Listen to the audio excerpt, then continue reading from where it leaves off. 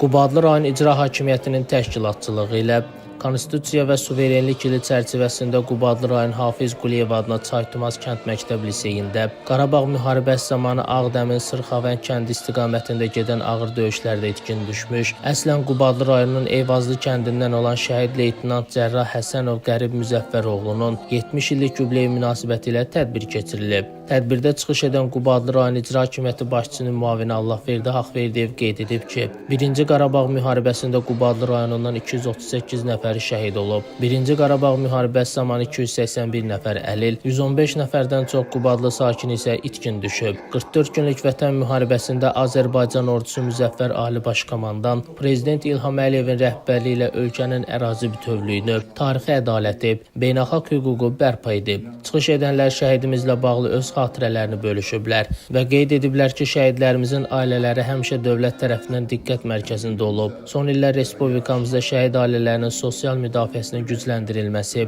onların mənzil məişət şəraitinin yaxşılaşdırılmasına yönəlmiş tədbirlər bunun bariz nümunəsidir. Şəhidimizin həyat yoldaşı Kifayət Həsənova və övladları göstərdikləri diqqət və qayğıya görə Ali Başkomandan Prezident İlham Əliyevə, 1-ci vitse-prezident Mehriban Əliyevaya öz minnətdarlıqlarını bildiriblər. Qeyd edək ki, əslən Qubadlı rayonunun Eyvazlı kəndindən olan Həsənov Qərib Müzəffəroğlu 1955-ci il dekabr ayının 29-da Sumqayıt şəhərində anadan olub. 1992-ci il fevral ayında Xocalı soyqırımı baş verdikdən sonra Qərib Həsənov qisas eşqi ilə yaşamağa başlayır və könüllü olaraq Azərbaycan Milli Ordusuna yazılmağa qərar verir. O, Ağdam rayonunun Sırxavənd kəndi istiqamətində gedən ağır döyüşlərdə iştirak edib. Həmin döyüşlər zamanı 13 yaralı əskərin həyatını tək başına xilas edən Qərib Həsənov mühasirədə olan digər əskərlərin həyatını xilas etmək üçün onların ardınca gedərək bir daha geri qayıtmayıb. Sonradan həmin ərazidə hərbi texnikanın vurulduğu xəbəri verilir. Qərib Müzəffəroğlu Həsənov bu hadisədən sonra itkin düşüb və rəsmi olaraq şəhid elan edilib. Allah bütün şəhidlərimizə rəhmət eləsin.